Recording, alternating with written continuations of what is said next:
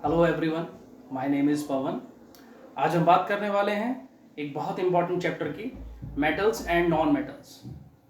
Metals and non metals में सबसे पहले हम बात करेंगे मेटल्स की फिजिकल प्रॉपर्टीज़ के बारे में। फिर हम बात करेंगे नॉन मेटल्स की फिजिकल प्रॉपर्टीज़ के बारे में। ओके, तो आइए देखते हैं कि मेटल्स की फिजिकल प्रॉपर्टीज़ क्या होती हैं या किन सब्सटेंस को हम मेटल की कैटेगरी में रखते हैं, वो हम इनकी फिजिकल प्रॉपर्टीज को देखकर डिसाइड करते हैं। ठीक है, मेटल की फिजिकल प्रॉपर्टीज क्या क्या होती हैं वो देखते हैं। तो मेटल्स आर दो सब्सटेंसेस, है ना, हम लोग बोल सकते हैं मेटल्स आर दो सब्सटेंसेस, मतलब वो सब्सटेंस मेटल होते हैं विच आर नंबर वन क्या है? नंबर वन है विच आर मैलिएबल, है ना। Number two which are ductile. Number three which are sonorous. Okay, so malleable, ductile, sonorous. Number four which are lustrous. ध्यान से समझिएगा, है ना। ऐसे सब्सटेंस जो ये प्रॉपर्टीज, जिनके अंदर ये प्रॉपर्टीज होती हैं, ऐसे सब्सटेंस को ये मेटल कहेंगे, है ना। जो ये प्रॉपर्टीज रखते हैं उन सब्सटेंस को मेटल की कैटेगरी में लेते हैं। एक और बहुत इंपॉर्टेंट है, good conductor of heat and electricity. Good conductor of heat and electricity. इस चीज को समझिए आप। वन बाय वन हम इन सब के बारे में बात कर लेते हैं कि मैलिएबल का मतलब क्या होता है। मैलिएबल का मतलब होता है कि वो प्रॉपर्टी मेटल की जिसकी वजह से अगर हम मेटल को किसी हैमर से, किसी हथौड़े से पीटते हैं तो वो मेटल जो है वो थिन शीट्स में, पतली पतली चादर में कन्वर्ट हो जाता है, पतली चादर में बदल जाता है। तो थिन शीट्स बन जाती हैं, है ना, थिन शीट्स बन जाती हैं ऑन हैमरिंग, है ना। अगर हैमरिंग करेंगे, अगर आप हथौड़ा मारेंगे इनके ऊपर तो क्या बन जाएगा? पतली चादर बन जाती हैं। आपने देखा भी होगा कि मेटल्स की चादर मिलती हैं। एल्युमिनियम फॉइल आपने देखी होगी, एल्युमिनियम फॉइल जो है वो भी तो एक चादर ही है ना, कितनी ज्यादा पतली है। Aluminium is a metal. Ductile का मतलब क्या होता है? डक्टाइल का मतलब ये है कि मेटल जो है दे can be converted, they can be drawn into wires, है ना। उनको वायर्स में कन्वर्ट किया जा सकता है, उनसे वायर्स बनाए जा सकते हैं। सबसे ज्यादा वायर मेटल के ही बनते हैं, और या यूं कह लो वायर मेटल के ही बनते हैं, नॉन मेटल का वायर नहीं बनेगा, है ना, मेटल का ही वायर बनता है। Can be drawn into thin wires, है ना, इनसे वायर बनाए जा सकते हैं। सोनोरस का मतलब है साउंड प्रोड्यूसिंग एबिलिटी, है ना। आपने देखा होगा घंटी बजती है, टन टन टन टन, तो घंटी कैसे बजती है? घंटी इसलिए बजती है, उसकी आवाज इसलिए आती है क्योंकि वो मेटल की बनी होती है ना। अब वही लकड़ी का एक पीस ले लें आप, वुड, उसको बजाएं तो आवाज आएगी, बहुत कम आएगी, है ना। तो मेटल्स के अंदर साउंड प्रोड्यूसिंग एबिलिटी होती है ना। तो साउंड प्रोड्यूसिंग एबिलिटी किसके अंदर होती है? मेटल्स के अंदर होती है। तो मेटल्स जो हैं उनसे तार भी बनाए जाते हैं। फॉर एग्जाम्पल कॉपर, सिल्वर, है ना। सिल्वर के आपने तार देखे हैं, सिल्वर के बहुत सारी ज्वेलरी बनती है, उसमें तार के फॉर्म में बना लेते हैं, लेकिन सिल्वर महंगा होने की वजह से उसका तार नहीं बनाते। एल्युमिनियम, है ना, एल्युमिनियम का वायर बहुत ज़्यादा यूज होता है, कॉपर का सबसे ज़्यादा यूज होता है। तो मेटल है, मेटल से आप वायर बना सकते हैं, मेटल से आप शीट बना सकते हैं, मेटल से आप साउंड प्रोड्यूस कर सकते हैं। नेक्स्ट है लस्टरस का मीन्स होता है शाइनी, है ना। शाइनी मतलब चमकदार। जितने मेटल्स होते हैं वो चमकते हैं, चमक देते हैं, है ना, चमक देते हैं। और लास्ट है good conductor of heat and electricity. ये सभी जानते हैं कि metals are the good conductor of heat and electricity और हीट के अच्छे कंडक्टर माने जाते हैं। They allow electricity to pass through them, they allow heat to pass through them, वो अपने से हीट को गुजरने देते हैं, वो अपने से इलेक्ट्रिसिटी को गुजरने देते हैं।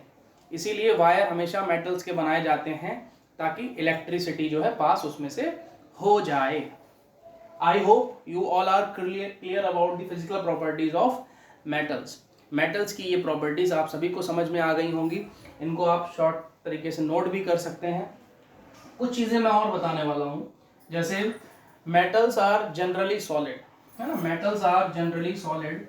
मेटल्स जो होते हैं वो ज़्यादातर क्या होते हैं, सॉलिड होते हैं, है ना, generally solid at room temperature, solid at room temperature.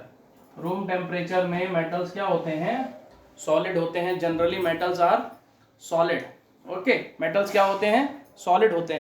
बात कर रहे थे, metals are generally solid at room temperature. अच्छा, रूम टेम्परेचर का मतलब होता है, सभी को पता होना चाहिए, 25 डिग्री सेल्सियस को हम रूम टेम्परेचर मानते हैं। 25 डिग्री सेल्सियस को रूम टेम्परेचर कंसीडर किया जाता है। तो मेटल्स जो है वो जनरली कैसे हैं, सॉलिड होते हैं रूम टेम्परेचर पर। लेकिन कुछ मेटल्स जो है वो लिक्विड फॉर्म में भी मिलते हैं, या उनको कह लें बहुत ज़्यादा कुछ ऐसे मेटल्स हैं कि सॉफ्ट होते हैं। जैसे अगर मरकरी की बात करें, इस पे स्टार बना लें, मरकरी ये कैसा होता है, लिक्विड होता है। ठीक है, मरकरी लिक्विड होता है। और दो मेटल मैं और बताऊंगा, gallium and caesium. Gallium and caesium, gallium और सीजियम जो है वो above room temperature they are liquid. Room temperature पर तो वो सेमी सॉलिड टाइप के होते हैं, लेकिन जैसे ही temperature 30 degree Celsius, 35 degree Celsius या 40 डिग्री सेल्सियस होता है तो वो लिक्विड में आ जाते हैं, है ना, बहुत उनकी टेंडेंसी लिक्विड में जाने की होती है, बहुत सॉफ्ट होते हैं, है ना, लिक्विड, ऑलमोस्ट लिक्विड के फॉर्म में ही आ जाते हैं वो, गैलियम एंड सीजियम। ओके, तो अगला जो है मरकरी लिक्विड स्टेट में है। ज़्यादातर मेटल्स कैसे हैं, ज़्यादातर जो मेटल्स हैं वो क्या हैं, आपके सॉलिड स्टेट में मिलते हैं। मरकरी लिक्विड स्टेट में मिलेगा।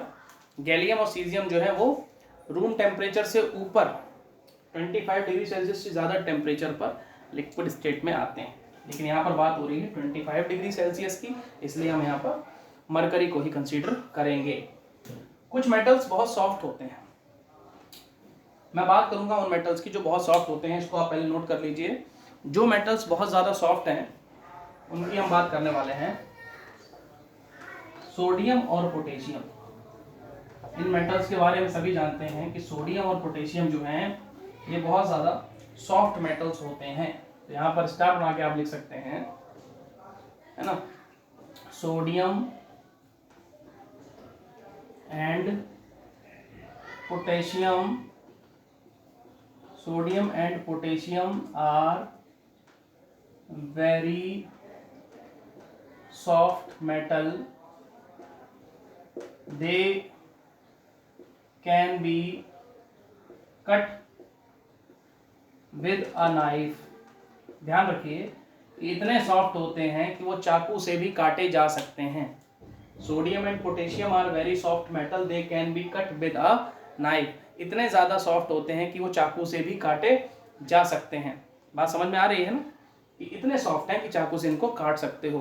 क्वेश्चन अगर आपसे कोई पूछता है कि name two metals which can be cut with a knife, तो आप क्या आंसर देंगे, सोडियम एंड पोटेशियम। ओके, तो these are the properties, physical properties of metals. ये मेटल्स की फिजिकल प्रॉपर्टीज हुई, है ना।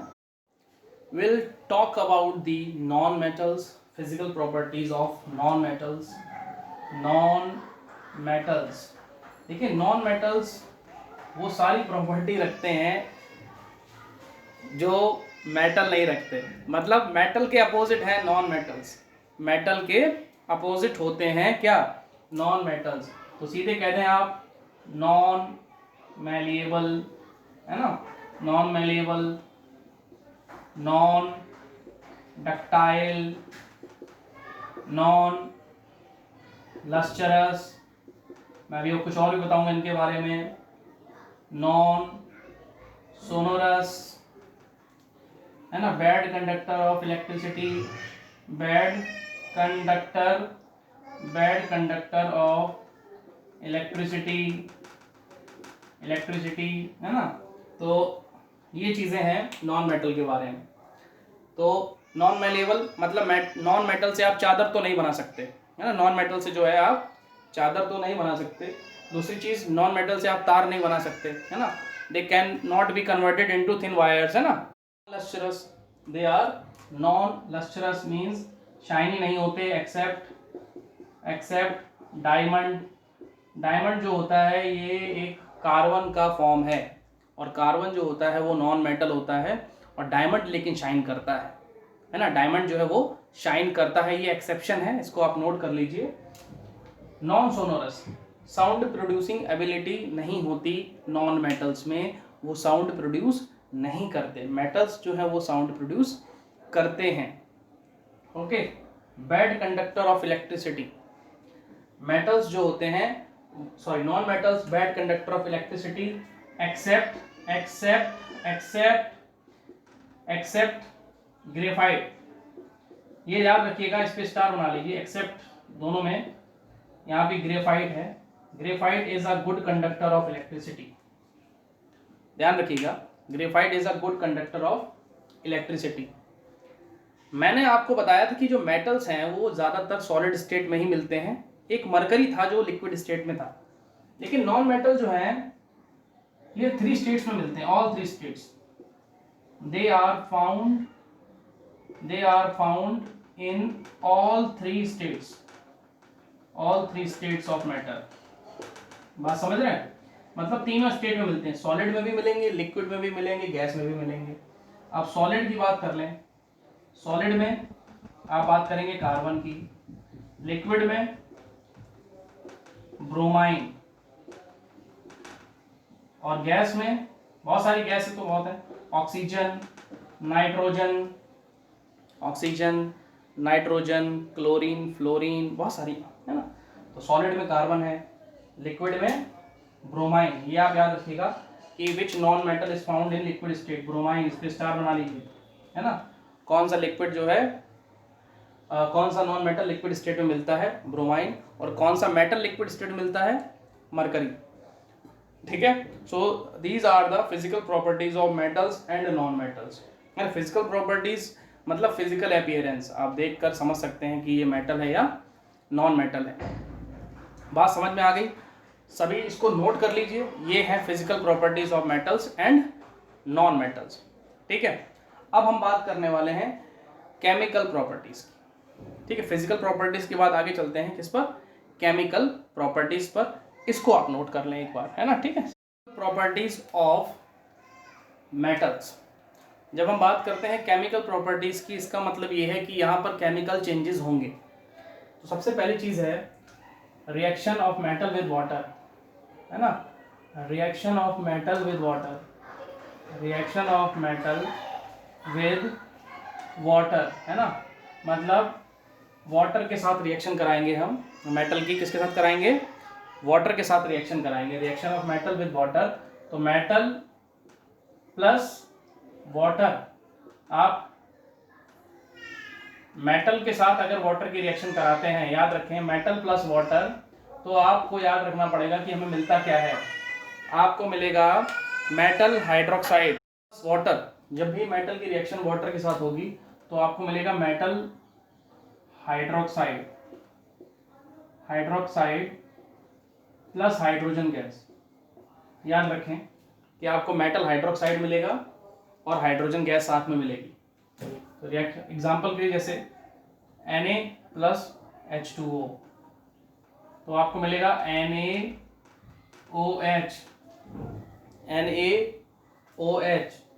प्लस H2, इसको आप बैलेंस कर दें, है ना। अगर आप यहाँ पे 2 लगा देंगे तो यहाँ भी 2 लगाना पड़ेगा और यहाँ पर 2 लगा दीजिए, अब ये बैलेंस है, ठीक है। तो आपको क्या मिलेगा, आपको मेटल हाइड्रोक्साइड और साथ में हाइड्रोजन गैस मिलेगी। इसी तरीके आप पोटेशियम के साथ भी रिएक्शन करा सकते हैं, पोटेशियम प्लस वाटर, तो आपको क्या मिलेगा KOH प्लस H2, बहुत आसान है, आप इसको बैलेंस भी कर सकते हैं, कोई प्रॉब्लम नहीं। बस अपने आपको याद रखना है कि जैसे ही वाटर के साथ रिएक्शन होगी तो निकल कर क्या आएंगे, प्रोडक्ट्स क्या बनेंगे, प्रोडक्ट्स यहाँ बनेंगे हाइड्रोक्साइड्स, है ना, मेटल हाइड्रोक्साइड्स बनते हैं और हाइड्रोजन गैस जरूर निकलती है। इस चीज़ को आपको याद रखना पड़ेगा कि जैसे ही रिएक्शन होती है वाटर के साथ मेटल की तो हाइड्रोक्साइड के साथ साथ हाइड्रोजन गैस भी निकलती है। चीज़ देखने की, एक इम्पॉर्टेंट चीज़ समझने की है कि सोडियम और पोटेशियम दोनों ही वाटर से रिएक्ट करते हैं, लेकिन ये दोनों ही बहुत रिएक्टिव मेटल्स होते हैं, जिस वजह से ये वायलेंटली रिएक्ट करते हैं। और वायलेंटली मतलब यहाँ से जैसे ही दोनों आपस में, ये सोडियम पानी से रिएक्ट करेगा या पोटेशियम पानी से रिएक्ट करेगा तो एनर्जी निकलती है, हीट एनर्जी। तो हीट एनर्जी निकलती है तो हम यहाँ लिख सकते हैं हीट एनर्जी। और हीट एनर्जी अगर किसी रिएक्शन में निकल रही है, इसका मतलब वो रिएक्शन किस तरीके की हुई। अगर किसी भी रिएक्शन में हीट एनर्जी निकल कर बाहर आती है तो वो रिएक्शन किस तरह की हुई। सभी लोग कमेंट बॉक्स में लिखेंगे, है ना, कि अगर किसी भी रिएक्शन में हीट एनर्जी बाहर निकलती है तो वो रिएक्शन क्या होती है, किस टाइप की रिएक्शन होती है अगर हीट एनर्जी बाहर आती है तो। ठीक है, तो यहाँ पर सोडियम ने पानी से रिएक्ट किया तो हाइड्रोक्साइड और हाइड्रोजन गैस बनी। लेकिन सोचने की बात यह है कि सारे के सारे मेटल वाटर से रिएक्ट नहीं करते, आपको यह याद रखना पड़ेगा। ठीक है, all metals do not react with water, सभी नहीं करते, कुछ मेटल्स ही करते हैं। अच्छा, बात करते हैं कैल्शियम की। जो कैल्शियम है, कैल्शियम रिएक्ट्स विद वाटर, ठंडे पानी से रिएक्ट कर लेता है, ठंडे पानी से तो ये भी करेंगे, ये तो बहुत रिएक्टिव मेटल्स हैं। React with water, cold water भी लिख सकते हैं आप, एंड स्टार्ट्स फ्लोटिंग, है ना, फ्लोटिंग करने लगता है, फ्लोट, तैरने लगता है। उसका रीजन क्या होता है, जैसे कैल्शियम ने पानी के साथ रिएक्शन की तो कैल्शियम हाइड्रोक्साइड बनाया, साथ में बनी आपकी हाइड्रोजन गैस। अच्छा, इस रिएक्शन में जो है वो एनर्जी ज्यादा बाहर नहीं आती, जितनी एनर्जी यहां निकल रही थी बाहर, यहां नहीं निकलती। इस रिएक्शन में एनर्जी बाहर नहीं आती, है ना, इतनी ज्यादा वायलेंट रिएक्शन नहीं होती जितनी वायलेंट सोडियम और पोटेशियम के केस में हो रही थी। कैल्शियम के केस में ये रिएक्शन इतनी ज्यादा वायलेंट नहीं है, क्योंकि calcium is less reactive than sodium and potassium. Calcium जो है सोडियम और पोटेशियम के कंपैरिजन में कम रिएक्टिव है, इसलिए ऐसा हो रहा है। अच्छा, क्वेश्चन यहाँ पर ये है कि ये फ्लोट क्यों कर रही है। तो होता क्या है, जो हाइड्रोजन गैस है ये कैल्शियम से स्टिक हो जाती है, चिपक जाती है, जिस वजह से कैल्शियम क्या करने लगता है, फ्लोट करने लगता है ना। मतलब कैल्शियम से हाइड्रोजन गैस के बबल्स जो है वो क्या होते हैं, स्टिक हो जाते हैं, चिपक जाते हैं। हाइड्रोजन गैस के बबल्स कैल्शियम के पार्टिकल्स को पकड़ लेते हैं, जिस वजह से कैल्शियम क्या करता है, फ्लोट करता है। बात आई समझ में ना। हाँ, कैल्शियम के पार्टिकल्स को हाइड्रोजन गैस के बबल्स पकड़ लेते हैं, जिस वजह से वो फ्लोट करता है।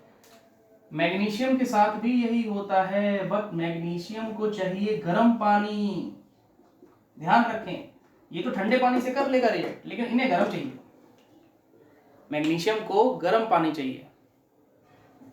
मैग्नीशियम को कैसा पानी चाहिए, मैग्नीशियम कोल्ड वाटर से रिएक्ट नहीं करता, हॉट वाटर से रिएक्ट करता है, और इसके केस में भी फ्लोटिंग होती है, मैग्नीशियम फ्लोट करता है। रीजन वही है कि मैग्नीशियम के पार्टिकल्स को हाइड्रोजन गैस के बबल्स पकड़ लेते हैं, जिस वजह से वो फ्लोट करने लगता है। क्लियर है, फ्लोट क्यों करते हैं, फ्लोट इसलिए कर रहा है कैल्शियम क्योंकि कैल्शियम के पार्टिकल्स को हाइड्रोजन गैस के बबल्स ने पकड़ लिया है। हाइड्रोजन गैस के बबल्स स्टिक हो गए हैं, उसके साथ चिपक गए हैं, और गैस का एक टेंडेंसी होती है कि वो हमेशा ऊपर की तरफ उठती है, इसलिए फ्लोट करते हैं कैल्शियम और मैग्नीशियम दोनों ही। बात आई समझ में।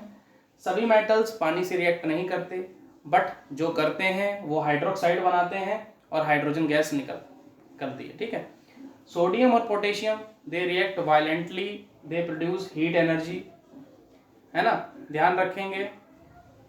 कैल्शियम ठंडे पानी से रिएक्ट कर लेता है, लेकिन मैग्नीशियम गर्म पानी से रिएक्ट करता है। अब कुछ ऐसे मेटल हैं जो ना ठंडे पानी से रिएक्ट करते हैं ना ही गर्म पानी से, दे रिएक्ट विद स्टीम।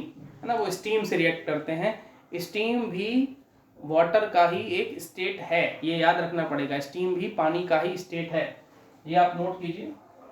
इसको रब कर देते हैं, ठीक है, 1 minute.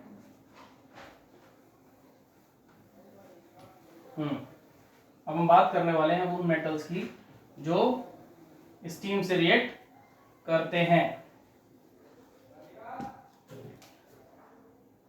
Aluminium reacts with steam. Steam का फॉर्मूला वही होता है, वाटर, जो वाटर का होता है H2O, है ना, एल्यूमिनियम प्लस H2O, फॉर्मूले में कोई चेंजेस नहीं, ये ध्यान से देखें आप, फॉर्मूला वही है, बस गैसेस फॉर्म में आ गया वाटर यहाँ पर, तो ये स्टीम है। और यहाँ पर अब हाइड्रोक्साइड नहीं बनता, यहाँ पर हाइड्रोक्साइड नहीं बनता, यहाँ बनता है ऑक्साइड, ये आपको याद रखना पड़ेगा। जब तक वाटर से रिएक्शन हो रही थी हाइड्रोक्साइड बन रहा था, जैसे ही स्टीम से रिएक्शन हुई ऑक्साइड बनता है, और हाइड्रोजन गैस यहाँ भी निकल रही है ना, इसको बैलेंस कर सकते हैं आप। अब यहाँ पर बैलेंस करने के लिए यहाँ 3 लगा दीजिए, और यहाँ पर भी 3 लगा दीजिए, ठीक है, यहाँ 2 लगा दीजिए, तो ये बैलेंस हो गई। दूसरा मेटल कौन सा है? आयरन। आयरन भी क्या करता है? स्टीम से रिएक्शन करता है, और ये मैग्नेटिक आयरन ऑक्साइड बनाता है, Fe3O4 मैग्नेटिक आयरन ऑक्साइड बना लेता है, साथ में हाइड्रोजन गैस, ठीक है। रिएक्शन को आप बैलेंस कर लें, O यहाँ पर 4 है तो यहाँ 4 लगा दीजिए, सिंपल। Fe यहाँ 3 है तो यहाँ 3 लगा दीजिए, और हाइड्रोजन को बैलेंस करने के लिए यहाँ भी 4 लगा दीजिए, बहुत आसान है। ऑक्सीजन देखे मैंने यहाँ पर 4 है तो यहाँ 4 लगाया, हाइड्रोजन 8 हो गए तो यहाँ पर 4 लगा दिया, हाइड्रोजन 8 हो गया। Fe यहाँ पर 3 है तो यहाँ 3 लगा दिया, वेरी सिंपल, बहुत आसानी से बैलेंस हो गई रिएक्शन। तो ये तो थी reaction of metal with water and steam. अब हम बात करने वाले हैं reaction of metal with oxygen, metal की रिएक्शन ऑक्सीजन के साथ।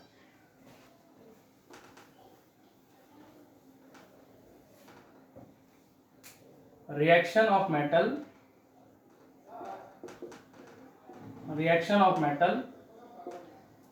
विद ऑक्सीजन, ठीक है। ध्यान रखना कि मेटल की रिएक्शन ऑक्सीजन के साथ, तो मेटल प्लस ऑक्सीजन, यहाँ याद रखना पड़ेगा आपको, बनता है एक बहुत इंपॉर्टेंट कंपाउंड मेटल ऑक्साइड, ठीक है। मेटल और ऑक्सीजन आपस में मिलते हैं तो क्या बनता है? Metal oxide. अब मेटल ऑक्साइड्स की बात करते हैं, जैसे sodium plus oxygen, we get sodium oxide. Potassium plus oxygen, we get potassium oxide, है ना। बैलेंस करने का काम है, कर सकते हैं आराम से। यहाँ पर आप 2 लगा दीजिए, यहाँ पर 4 हो जाएगा, सेम जो काम इसमें किया वही इसमें है। सोडियम और पोटेशियम जो है एक ही फैमिली के मेंबर्स हैं, इसलिए बिल्कुल सेम बैलेंस ही रहती है, सेम रिएक्शंस करते हैं, एक जैसी रिएक्शंस करते हैं। Sodium oxide, potassium oxide, sodium and potassium are kept under kerosene oil, याद रखेंगे आप, kerosene oil, because they are very reactive and start burning, जलने लगते हैं in presence of oxygen और air, in presence of air या oxygen, है ना। इसलिए इनको क्या करते हैं, हमेशा केरोसिन ऑयल के अंदर डाल के रखते हैं ताकि ये हवा से रिएक्ट ना कर लें। अगर हवा से रिएक्ट करेंगे तुरंत जलने लगेंगे, इसीलिए इनको क्या करते हैं, हमेशा केरोसिन ऑयल के अंदर डाल के रखते हैं। समझ में आई बात? क्यों रखते हैं वो आपको पता लग गया। मेटल ऑक्सीजन से रिएक्ट करेंगे तो क्या बनाएंगे? मेटल ऑक्साइड्स बनाएंगे। कुछ और केमिकल प्रॉपर्टीज हैं, कुछ और मेटल ऑक्साइड्स हैं जिनके बारे में डिस्कस करेंगे नेक्स्ट वीडियो में। Thank you.